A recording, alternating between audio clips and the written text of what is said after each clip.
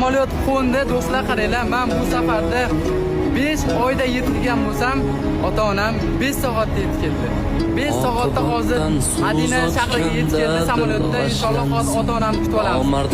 Onamga so'z ochganda ko'z yoshlansa, davralarda dunyolardan gap boshlansa, ota-onam boy deb emas, ota-onam bor deb quvon.